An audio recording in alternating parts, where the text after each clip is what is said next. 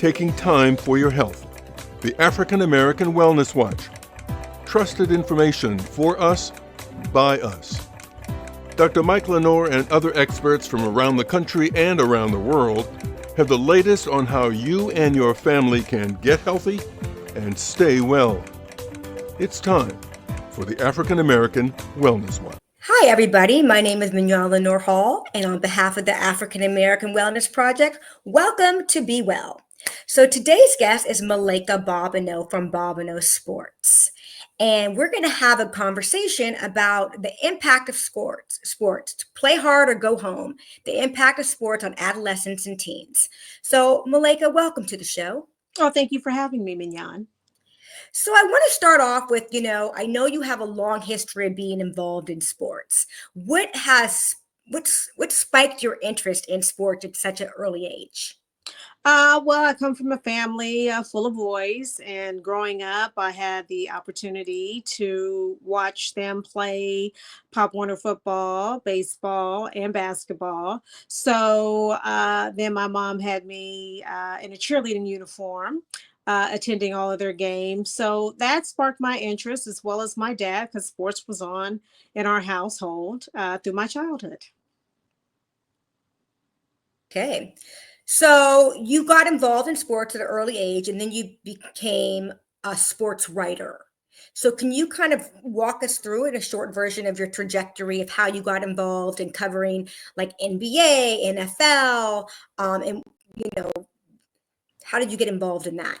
Oh, absolutely. So while living in LA, I had a friend who was the sports writer for the Oakland Post. And we got in touch, and he asked if I would be a stringer while living in LA. And that's where you go in and you get quotes from players after the game. So once they're being interviewed about certain plays they made or win or even making it to the playoffs. And so once I started doing that, then I relocated back to Oakland. And from there, he had moved to Atlanta and suggested I take over his role. And so that gave me the opportunity to become a sports journalist and reintroduce the Oakland Post to a lot of the teams that he hadn't worked with. And so I picked up basketball, covering the NBA down in LA with the LA Clippers and the Los Angeles Lakers. And then I moved on to baseball, covering the Oakland A's, Anaheim Angels, and then moved on once I moved back here to pick up football, covering the Oakland Raiders and the San Francisco Giants. And you definitely have to have a passion for sports. It's not something you can just get into and not commit to doing 12-hour days and covering the game, staying after for interviews, as well as writing your story. So that actually leads me to my next question. Okay. So my next question to you is, when you covered sports, I'm sure you kind of followed the career of some younger athletes, right? So you kind of watched them develop through high school and get drafted and so forth. So what have you felt have been the biggest mental and emotional benefits you've seen when young people play sports?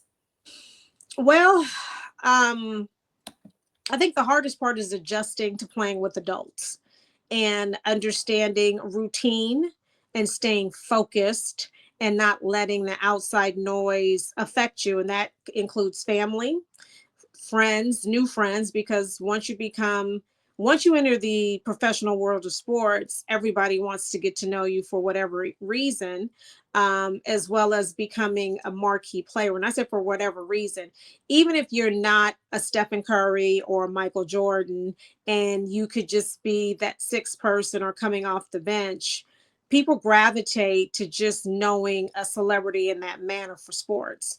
But more specifically, what would you say are the benefits of young people in school playing sports? What mental and emotional or well-being do you think sports provides young people in school? Oh, definitely. Security, confidence, structure, because it's a routine-based activity. You get up, you go to school, you practice. You have to maintain a certain level or a certain grade point average to participate. And it takes the focus away from what a lot of students today are doing, which is being on their phones, online with social media. So you would In say it has sport, a really strong impact on their social skills. absolutely. It Okay. has to, Okay.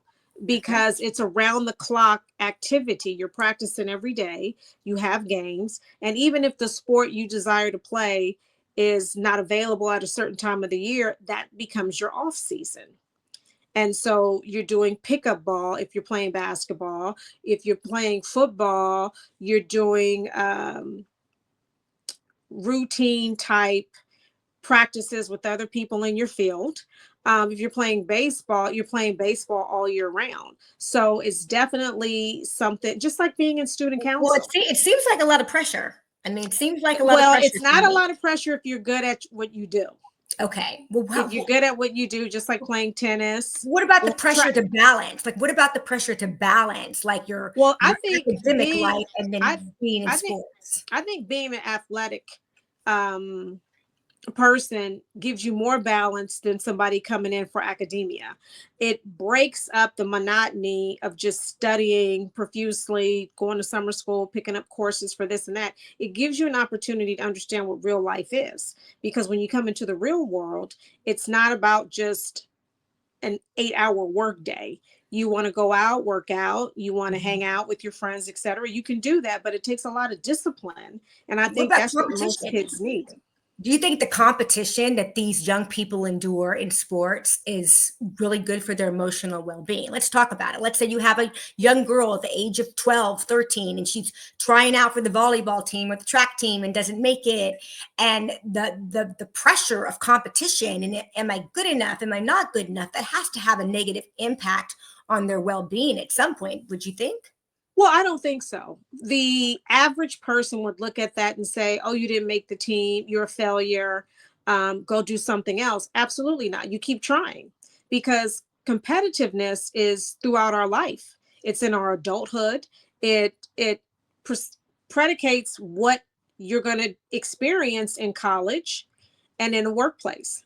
And competition to me makes you strive to be better. So if you try out for a cheerleading team and you don't make it, well, guess what? You attend all the games, you watch their moves, and you try out next year, and then you get on that team.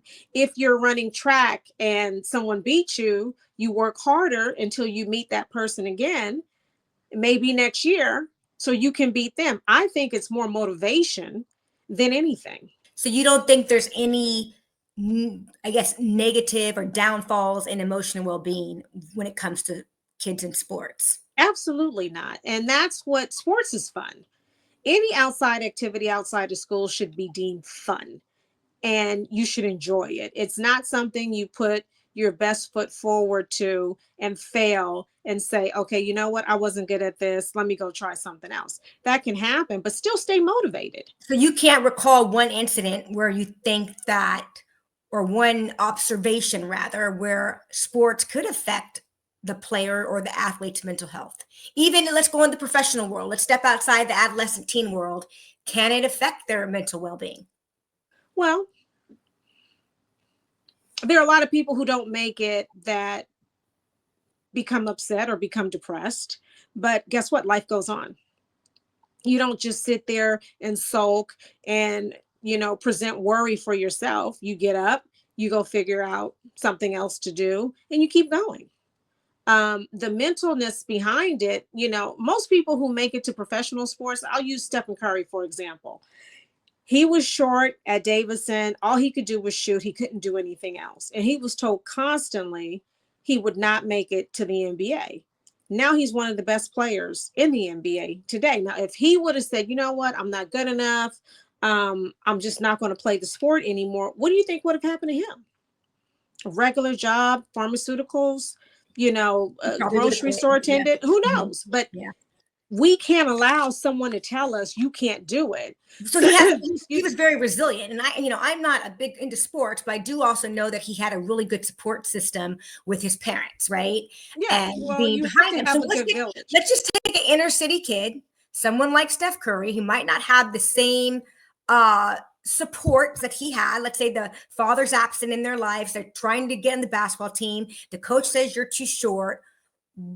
how is this kid going to be as resilient without that, motivation? Well, in that situation, you have what you call YMCA and certain programs for youth that come from a single parent home or a broken home. And these are what you call scouts. And if you're on a particular team and you have talent, you will be noticed. Someone's going to tap you and say, hey, you know what? Just like a counselor, hey, you have straight A's for 2 semesters straight. Let's put you in a more enhanced class to really see where you can go with your talent. There's going to be somebody there that's going to want to push you. And that's where mentorship comes in. You have the Big Brother program. If you're good, someone's going to notice you and offer you that opportunity to continue on and excel in what you're doing. So you seem to believe that having the right motivation and being pushed and driven will only impact your well-being in a positive way. Because Absolutely. let me tell you, I've seen a lot of people try out for teams and they run off crying. They never want to try it again. Their self-esteem plummets after they don't make a specific team in high school and in middle school. And how would a parent like myself, what advice would you have for me if that happened to my child? They didn't make the team. They're like, I'm not trying out again. And they just say, forget it. And they never try out again after they don't make it. Well, if they don't try out again, you ask them, follow what your passion is.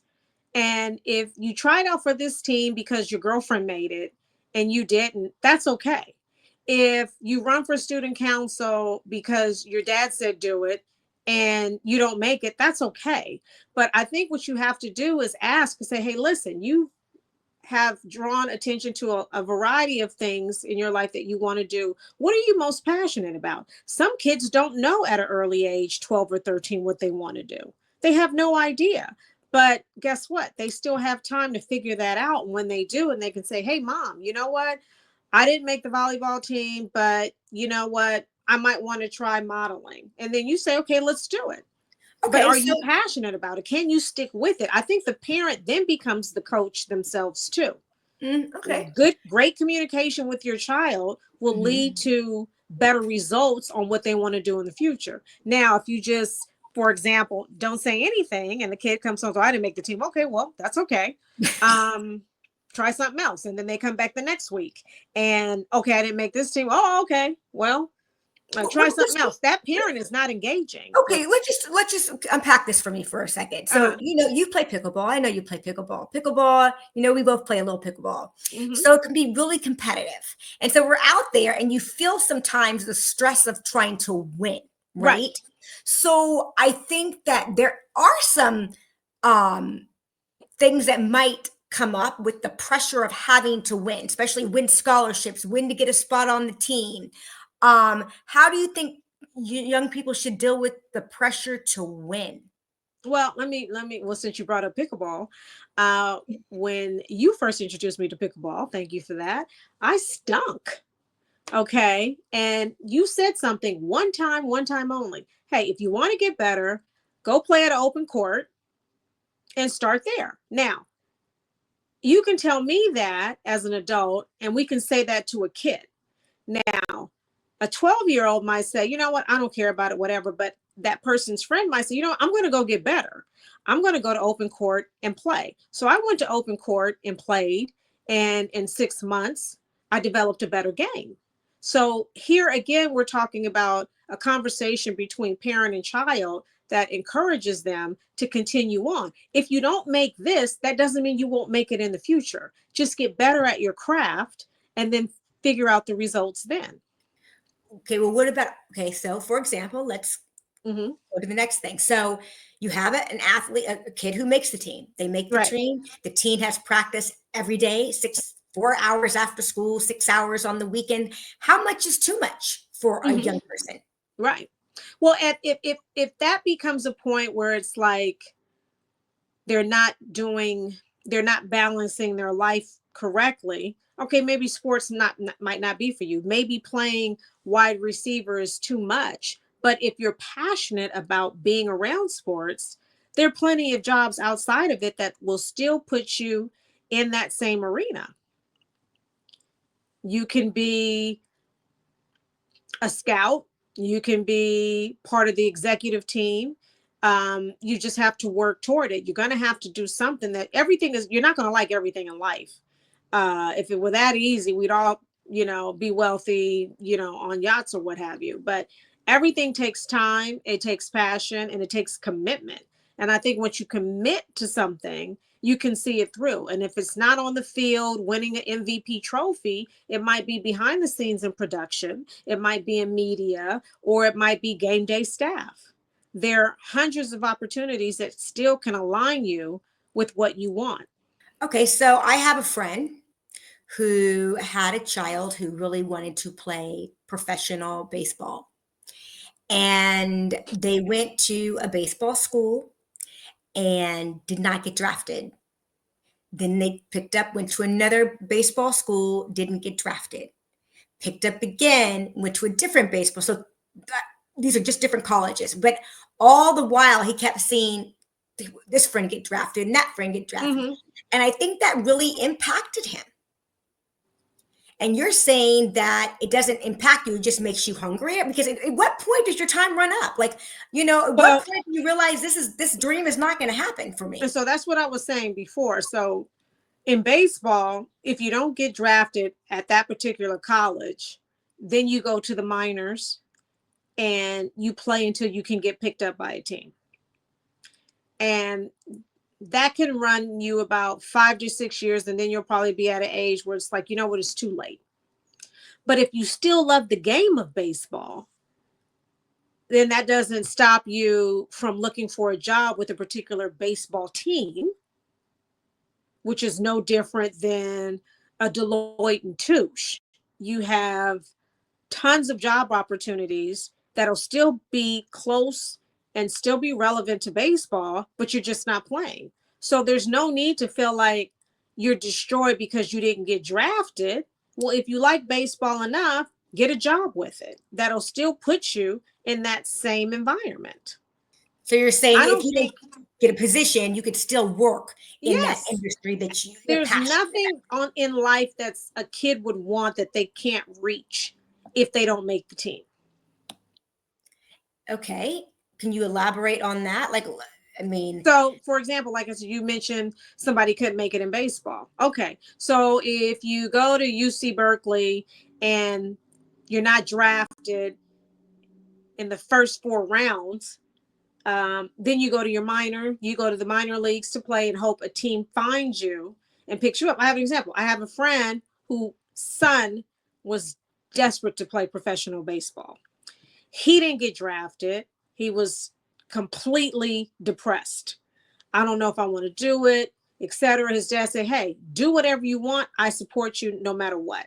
So you know what he did? He got a job at his school working with baseball players. So he did that for 2 years. In addition to when he came in, graduated and got a team with the Cincinnati Reds. So he still pursued his baseball career. It just wasn't as a player. So that's what I mean when I say if this path doesn't work, try a different path. But if your passion is still within the same sport, there are plenty of opportunities. So something you said a little earlier where you said you believe that sports builds resilience and confidence in young people. What about the young people that don't engage in sports? Do you feel like parents should pressure them into trying a sport? No, they pressure them into whatever craft they have. It could be choir. Okay. It could be in a play. And so for those type of students who like entertainment, once they leave school and they go to college, or if they decide to go to college, they still stay in their career. If you want to act or you want to sing, there are programs everywhere that will lead to that success. Right. Well, you have given me a thorough overview. And I came in here thinking that, sports aren't for everybody, even the ones that want to play it. I feel as a parent, there's too much pressure. There's too much competition. And I wouldn't want my child to have to endure failing. But from what I hear you saying is failure is not a bad thing.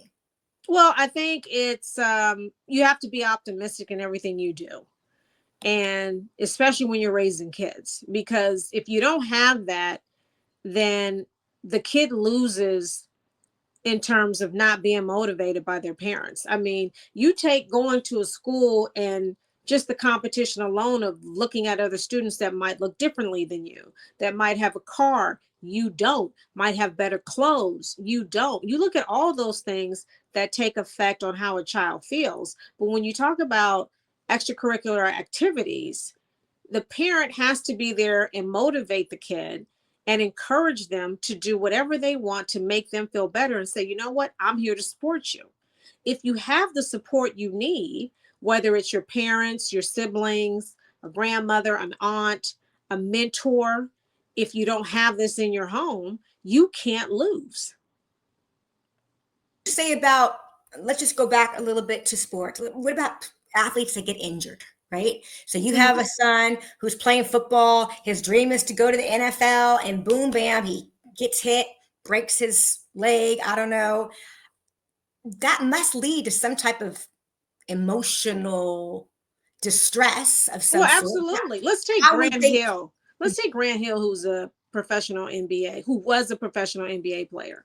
He had a reoccurring surgery where he had to end his career. Now he's owner of a team and he's an analyst. So again,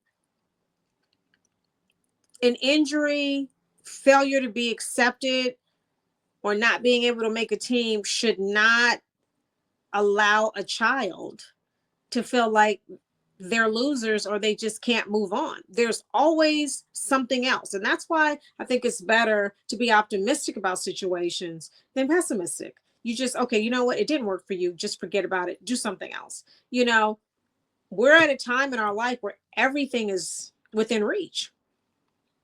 People who can't play anymore doesn't mean that they're going to sit there and sulk every day because they have to watch a game and they can't get in on the floor or in, on the field. You got to just keep hustling, be a supporter. And if you can't move on, well, guess what? Try something else, still in relation to what you want to do, and you can still succeed. Wow. Well, Malaika, you've given me a lot more insight. I don't watch a lot of sports. I like to play a little bit of sport, but not watching it. And I was thinking, that there was a big negative impact, but you've kind of skewed my perspective a little bit to thinking it's not wrong when kids fail. It does build resilience and confidence. It's how we handle it as parents. Like, maybe you didn't make this team, but maybe you'll make the next team, or Right. maybe you'll find something else. So I really appreciate your time, Malaika. And, we could find your articles at bobineausports.com. Right. Absolutely. Thank you for having me. Bobineausports.com. Can you tell us a little bit more about your website? So my website is I cover professional sports, bobineausports.com, and I cover professional baseball, basketball, football, and soccer. I have a writer who covers Bay FC, which is the women's soccer team here in the Bay Area, as well as the San Jose Earthquakes. And I also work with schools and giving students an opportunity who want to go into journalism and provide internships to see if this is something they really want to do. And I absolutely love the writers that I've had currently, and those who've moved on and find better jobs in sports. So here again, helping someone.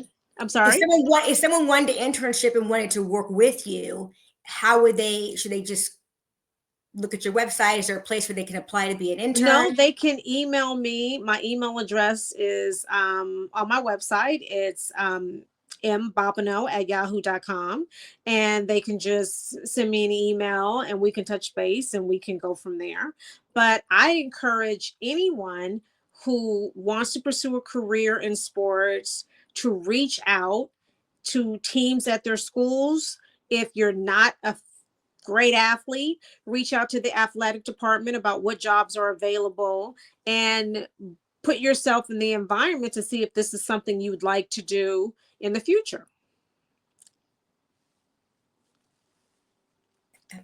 I definitely appreciate your time at this very thorough overview into sports. Well, thank you for having me. I enjoyed being here and speaking with you on sports in schools. And I will see you on the pickleball court. You better believe it. I'll be there soon. Thank you, Malaika.